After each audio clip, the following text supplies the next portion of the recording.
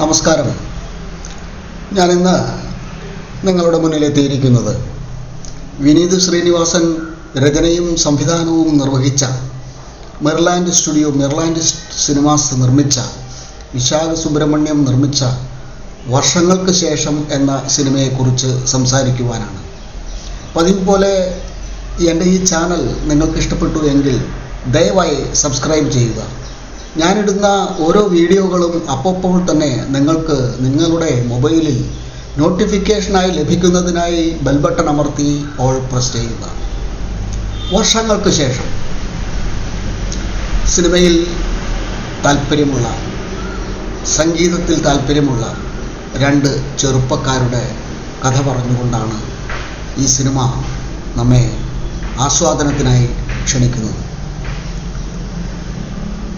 മുരളി വിശ്വംഭരൻ, പ്രണവ് മോഹൻലാൽ അവതരിപ്പിക്കുന്ന മുരളി വിശ്വംഭരൻ വയലിനിസ്റ്റാണ്, സംഗീതം അറിയാവുന്നയാളാണ്, സംഗീതം ചെയ്യണമെന്ന് ആഗ്രഹിക്കുന്ന ഒരാളാണ്. വേണു കൂത്തുപറമ്പ്, ധ്യാൻ ശ്രീനിവാസൻ അവതരിപ്പിക്കുന്ന, എഴുതാനറിയാവുന്ന, നാടകരചനയിൽ താല്പര്യമുള്ള, തിരക്കഥ എഴുതുവാൻ താല്പര്യമുള്ള ഒരു ചെറുപ്പക്കാരനാണ്. ആ ചെറുപ്പക്കാരൻ്റെ വേഷത്തിലാണ്, മുരളി കൂത്തുപറമ്പ് എന്ന ചെറുപ്പക്കാരൻ്റെ വേഷത്തിലാണ് ധ്യാൻ ശ്രീനിവാസൻ നമ്മുടെ മുന്നിലേക്ക് എത്തുന്നത്. ഇവർ ഈ ധ്യാൻ ശ്രീനിവാസൻ്റെ മുരളി കുന്നുംപുറത്ത് അദ്ദേഹത്തിൻ്റെ ഡ്രൈവർ വിനീത് ശ്രീനിവാസൻ്റെ ഡ്രൈവർ വേഷത്തിനോട് പറയുന്ന കാര്യങ്ങളാണ് സിനിമ നമ്മെ കാണിച്ചു തരുന്നത്. അദ്ദേഹത്തിന് പ്രായമായതിനു ശേഷം, മുരളി കുന്നുംപുറത്തിന് പ്രായമായതിനു ശേഷം ഒരാളെ അന്വേഷിച്ചു പോവുകയാണ്. മറ്റാരെയുമല്ല, അദ്ദേഹത്തിൻ്റെ ഉറ്റ ചങ്ങാതിയായിരുന്ന പ്രണവ് മോഹൻലാൽ അവതരിപ്പിക്കുന്ന മുരളി വിശ്വംഭരനെ തേടിയാണ് അദ്ദേഹത്തിൻ്റെ യാത്ര. അങ്ങനെ പോകുന്ന സമയത്ത്, കാറിൽ പോകുന്ന സമയത്ത് അദ്ദേഹം പറയുന്ന കാര്യങ്ങളാണ് സിനിമയിലൂടെ നാം കാണുന്നത്. ഇവിടെ ചെറുപ്പകാലത്ത് പഠിക്കുന്ന സമയത്ത് ഇതൊക്കെ അതിൻ്റെ ഒരു ചെറിയ കാര്യം മാത്രമാണ്. കാരണം അതൊന്നുമല്ലല്ലോ പ്രസക്തമായ കാര്യം. പഠനത്തിലൊന്നും താല്പര്യമില്ലാത്ത, കലയിൽ മാത്രം താല്പര്യമുള്ള, നാടകത്തിൽ താല്പര്യമുള്ള ഒരു ചെറുപ്പക്കാരനാണ് ഈ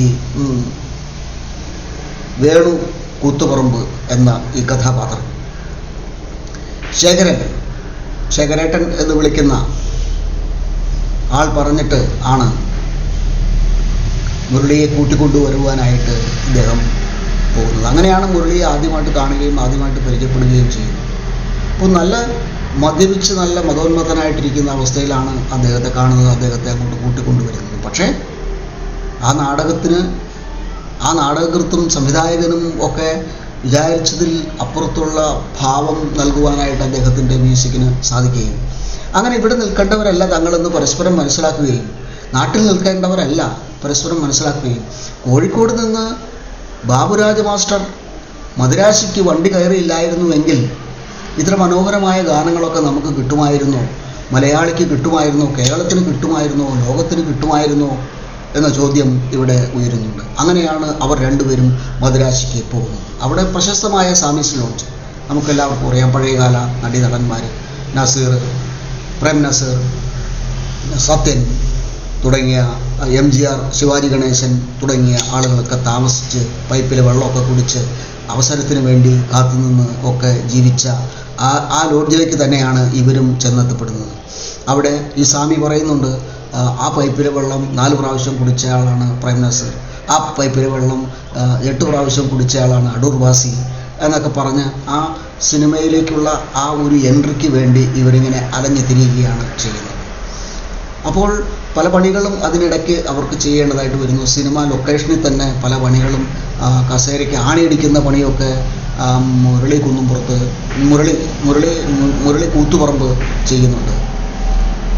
പ്രണവ് മോഹൻലാലിൻ്റെ കഥാപാത്രം തനിക്കൊരവസരം ലഭിക്കുവാനായിട്ട്, മ്യൂസിക്കിന് ഒരവസരം ലഭിക്കുവാനായിട്ട് അദ്ദേഹവും ഇങ്ങനെ കറങ്ങി നടക്കുന്നുണ്ട്. അവിടെ വെച്ചാണ് ഒരു മ്യൂസിക് ഡയറക്ഷൻസ് നടന്നുകൊണ്ടിരുന്ന ഒരു സ്ഥലത്ത് നിന്ന് ഒരു വയലിനിസ്റ്റിനെ ആവശ്യമുണ്ടെന്ന് പറഞ്ഞ് ഒരു അസിസ്റ്റൻ്റ് വരികയും അപ്പോൾ ബെഞ്ചിൽ കിടന്നുറങ്ങുകയായിരുന്ന പ്രണവ് മോഹൻലാലിൻ്റെ കഥാപാത്രത്തെ കൂട്ടിക്കൊണ്ടുപോയി അവിടെ ഒരു ഒരു ഒരു തൻ്റെ കഴിവ് അവിടെ കുറച്ചെങ്കിലും കാണിക്കുവാനുള്ള ഒരു അവസരം അദ്ദേഹത്തിന് ലഭിക്കുന്നു. ഈ അവസരം കിട്ടാതെ പോകുന്ന വേറൊരു സംഗീത സംവിധായകനുമായിട്ട് അയാൾക്ക് ചങ്ങാത്തമുണ്ടാവുകയും അയാൾ തൻ്റെ അവസ്ഥകളൊക്കെ പറയും. എത്ര പേരുടെ മുന്നിൽ പാടിയാലും എത്ര ട്യൂൺ ഇട്ടാലും ആർക്കും അതൊന്നും ഇഷ്ടപ്പെടില്ല. പ്രൊഡ്യൂസർക്ക് ഇഷ്ടപ്പെടുമ്പോൾ ഡയറക്ടർക്ക് ഇഷ്ടപ്പെടില്ല, ഡയറക്ടർക്ക് ഇഷ്ടപ്പെടുമ്പോൾ പ്രൊഡ്യൂസറുടെ കൂട്ടുകാരന് ഇഷ്ടപ്പെടില്ല, പ്രൊഡ്യൂസറുടെ കൂടെയുള്ള ആളുകൾക്ക് ഇഷ്ടപ്പെടില്ല, സ്ത്രീകൾക്ക് ഇഷ്ടപ്പെടില്ല. എന്ത് ചെയ്യും എന്നുള്ള അവസ്ഥയിൽ അവർ കടപ്പുറത്തിരുന്ന് സംസാരിക്കുന്നതൊക്കെ നമ്മളെ കാണിക്കുന്നുണ്ട്. അങ്ങനെ ഇരിക്കുന്ന അവസരത്തിലാണ് നമ്മുടെ വേണു കൂത്തുപറമ്പിന് അവതരിപ്പിക്കുന്ന വേണു കൂത്തുപറമ്പിന് ഒരവസരം ലഭിക്കുന്നത്. സിനിമ തിരക്കഥ എഴുതി സംവിധാനം ചെയ്യുവാനുള്ള ഒരവസരം അദ്ദേഹത്തിന് വന്നുപെടുന്നത് അങ്ങനെയാണ്. അങ്ങനെ അദ്ദേഹം പ്രശസ്തനായിട്ടുള്ള ഒരു ഡയറക്ടറായിട്ട് മാറുന്ന സമയത്തും അപ്പോഴും ഇയാൾ ഈ താഴെത്തട്ടിൽ തന്നെയാണ് കിടക്കുന്നത്. നമ്മുടെ പ്രണവ് മോഹൻലാൽ അവതരിപ്പിക്കുന്ന മുരളി വിശ്വംഭരൻ താഴെത്തട്ടിൽ കിടക്കുകയാണ്. അയാൾ മദ്യപാനിയാണ്, അയാൾ പുകവലിക്കുന്നു, അയാൾ ലഹരിക്ക് അടിമയാണ്. അയാളുടെ ജീവിതം ഇങ്ങനെ പോയിക്കൊണ്ടിരിക്കുന്ന അവസരത്തിലാണ് ഈ തൻ്റെ സിനിമയിലെ പാട്ടുകൾ ഈ ഒരു സംഗീത സംവിധായകന് മുരളി ട്യൂൺ കൊടുത്ത ആ ട്യൂണാണ് തൻ്റെ സിനിമയിൽ വന്ന് ഹിറ്റായി മാറിയതെന്ന് മനസ്സിലാക്കുകയും മുരളിയെ തിരിച്ചു കൊണ്ടുവരാനായിട്ടൊക്കെ ഇദ്ദേഹം ശ്രമിക്കുന്നുണ്ട്. പക്ഷെ മുരളി എല്ലായിടത്തു നിന്നും എസ്കേപ്പ് ചെയ്ത് പോവുകയാണ് ചെയ്യുന്നത്. അങ്ങനെ 90കളോടെ അദ്ദേഹത്തിൻ്റെ കരിയർ അവസാനിക്കുന്നു എന്നുള്ള ഒരു അവസ്ഥയിലേക്ക് എത്തുന്നു. ഈ വേണു കൂത്തുപറമ്പിൻ്റെ കരിയർ അവസാനിക്കുന്നു എന്നുള്ള ഒരു അവസ്ഥയിലേക്ക് എത്തുന്നു. അവിടെ അങ്ങനെ ഇരിക്കുന്ന സമയത്താണ് വേറൊരു പ്രൊഡ്യൂസർ വന്ന്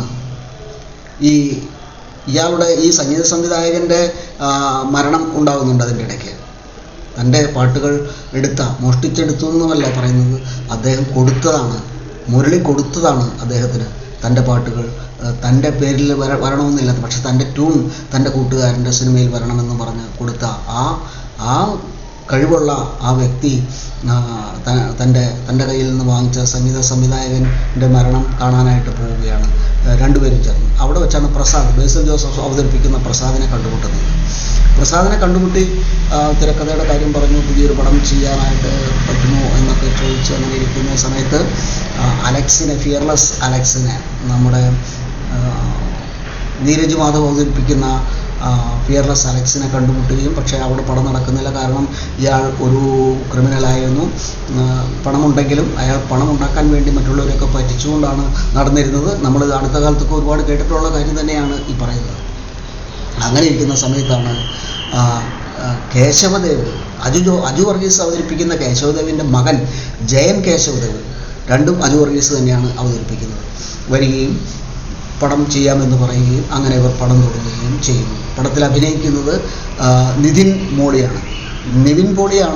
മോളിയായിട്ട് എത്തുന്നത്.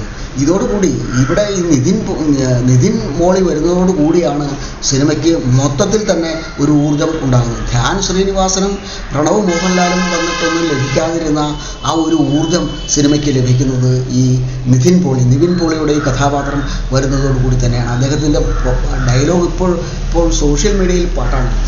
അവൻ്റെ മകൻ ഇവൻ്റെ മകൻ എന്നൊക്കെയുള്ള ആ ഡയലോഗിൽ മാത്രമല്ല, അതിനകത്ത് കാര്യമുണ്ട്. ഈ സംഗതിയിൽ ഈ കാര്യമുണ്ട്. ഒറ്റയ്ക്ക് വന്നവനാടാ ഞാൻ എന്ന് പറഞ്ഞുകൊണ്ടാണ് ഇയാളിങ്ങനെ ആ ഡയലോഗ് പറയുന്നത്. മറ്റാരുടെയും ഒരു സപ്പോർട്ടും ഇല്ലാതെ ഒറ്റയ്ക്ക് വന്ന് ഒരു വെന്നിക്കൊടി പറിച്ച ഒരാളാണ് നിതിൻ മോളി എന്ന ഈ കഥാപാത്രം. അങ്ങനെ അവർ ആ സിനിമ ചെയ്യുകയും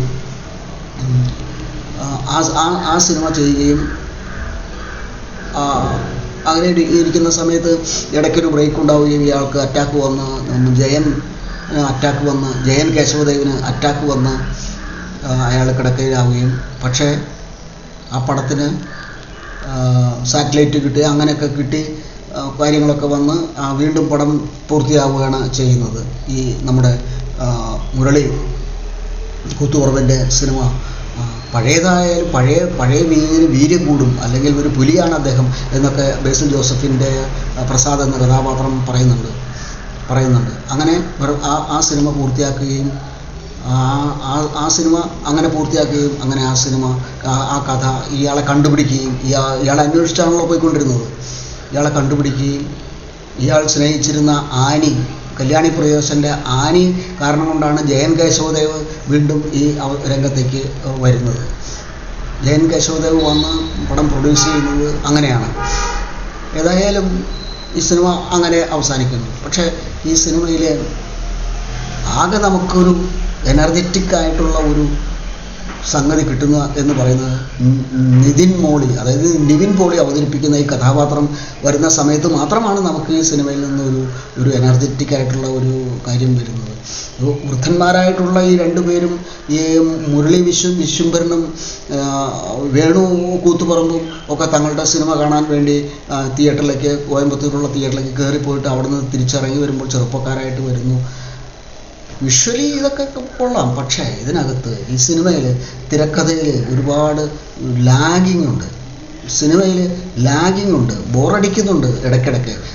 നിവിൻ പോളി വരുന്ന സമയത്ത് മാത്രമാണ് നമുക്കൊരു എനർജി കിട്ടുകയും നമ്മൾ കൂടുതൽ ഉണർന്ന് എഴുന്നേൽക്കുകയൊക്കെ ചെയ്യുന്നത്. അതുപോലെ ബേസിൽ ജോസഫിൻ്റെ കഥാപാത്രം വരുന്ന സമയത്തും നമുക്ക് അതുണ്ടാവുന്നുണ്ട്. പക്ഷേ ഇവരുടെ കഥാപാത്രം, ഈ രണ്ടുപേരുടെയും കഥാപാത്രം, ഒരുപക്ഷെ സംവിധായകൻ അതായിരിക്കും വിനീത് ശ്രീനിവാസൻ രചനയും സംവിധാനവും നിർവഹിച്ചിരിക്കുന്ന വിനീത് ശ്രീനിവാസൻ വിചാരിക്കുന്നത് ഇവർ വാർദ്ധക്യത്തിലെത്തിയ ഈ ആളുകൾക്ക് അത് മതി എന്നായിരിക്കും. പക്ഷേ അവരുടെ ചെറുപ്പകാലത്ത് പോലും നമുക്കൊരു എനർജി അവിടെ ഉള്ളതായിട്ട് കാണുന്നില്ല.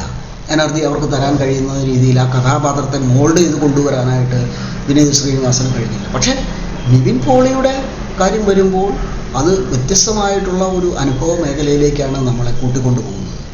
അങ്ങനെയാണ് ഈ സിനിമയിൽ ആസ്വദിക്കത്തക്കതായിട്ടുള്ള ഒരുപാട് കാര്യങ്ങളുണ്ട്. തമാശയുണ്ട്, ഈ സിനിമയിൽ തമാശയുണ്ട്, കോമഡി ഒക്കെ എല്ലാ കാര്യങ്ങളും ഉണ്ട്.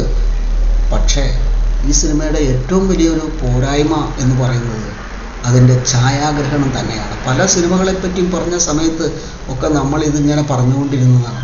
പക്ഷേ എന്താണ് ആർക്കൊന്നും മനസ്സിലാവാത്ത, കാഴ്ചയുടെ കലയല്ലേ സിനിമ എന്ന് പറയുന്നത്. അപ്പോൾ കാഴ്ച ഭംഗിയായിട്ടിരിക്കണം.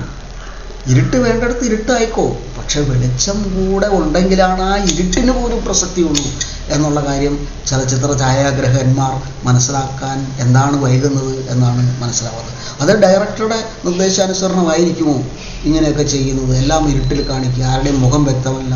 നീതാ പിള്ളയാണ് ആ ആളായിട്ട് വരുന്നത്, മറ്റേ ആളായിട്ട് വരുന്നത് ഷാൻ റഹ്മാനാണ് എന്നൊക്കെ നമ്മൾ പിന്നീട് എവിടെ നിന്നൊക്കെ വായിച്ച് മനസ്സിലാക്കുകയാണ് ചെയ്യുന്നത്. അതല്ലാതെ ആ ഒരു ആളെ കണ്ടിട്ട് ഇത് ഇയാളാണ് എന്ന് നമുക്ക് മനസ്സിലാകാതെ പോകുന്നത് ഛായാഗ്രഹണത്തിൻ്റെ പാളിച്ച തന്നെയാണ്.